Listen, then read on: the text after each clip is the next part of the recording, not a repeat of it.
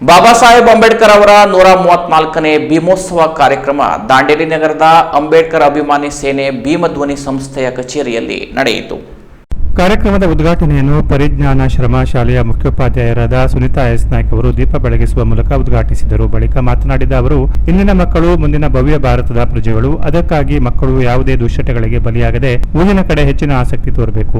ಬುದ್ಧ, ಬಸವ, ಅಂಬೇಡ್ಕರ್ ಅವರ ಆದರ್ಶ ತತ್ವಗಳನ್ನು ಪಾಲಿಸಬೇಕು. ಗುರು ಹಿರಿಯರನ್ನು ಗೌರವಿಸಬೇಕು. ಎಲ್ಲರ ಜೊತೆ ಪ್ರೀತಿ, ವಿಶ್ವಾಸ, ಸಾಮರಸ್ಯದಿಂದ ಬದುಕಬೇಕು. ಕಷ್ಟದಲ್ಲಿದ್ದವರಿಗೆ ಸಹಾಯ ಮಾಡಬೇಕು ಎಂದರು. ಧನುಶ್ರೀ ಮಾಳಕರಿ ಅವರು ಸಂವಿಧಾನ ಪೀಠಿಕೆಯನ್ನು ಬೋಧಿಸಿದರು. ವಿವಿಧ ಶಾಲಾ ಕಾಲೇಜು ಮಕ್ಕಳು ಅಂಬೇಡ್ಕರ್ ಹಾಗೂ ಸಂವಿಧಾನದ ಘೋಷವಾಕ್ಯಗಳೊಂದಿಗೆ ಕಾರ್ಯಕ್ರಮದಲ್ಲಿ ಭಾಗವಹಿಸಿದರು. ಸಂಘದ ಅಧ್ಯಕ್ಷರಾದ ರವಿ ಮಾಳಕರಿ ಅವರು ಕಾರ್ಯಕ್ರಮವನ್ನು ವಂದಿಸಿದರು. ಸಂಘದ ಪದಾಧಿಕಾರಿಗಳಾದ ಲತಾ ಕಾಂಬಳೆ, ಕವಿತಾ ಸದಪ್, ಪೂಜಾ ಮಾಳ್ಕರಿ, ರಾಜಶೇಖರ ನಿಂಬಾಕರ್, ಇಮಾಮ್ ಸಾಬ್ ಬೈಲೂರು, ನಾಗರಾಜ್ ಕಾಂಬಳೆ ಹಾಗೂ ಸರ್ವ ಪದಾಧಿಕಾರಿಗಳು ಉಪಸ್ಥಿತರಿದ್ದರು.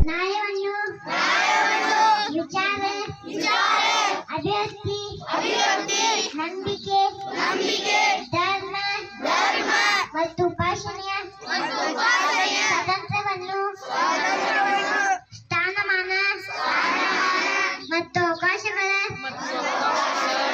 ಕ್ಷಮತೆಯನ್ನು ದೊರೆಯುವಂತೆ ಮಾಡುವುದಕ್ಕಾಗಿ ವ್ಯಕ್ತಿ ಗೌರವ, ದೇಶದ ಏಕತೆ ಮತ್ತು ಸಮಗ್ರತೆಗಾಗಿ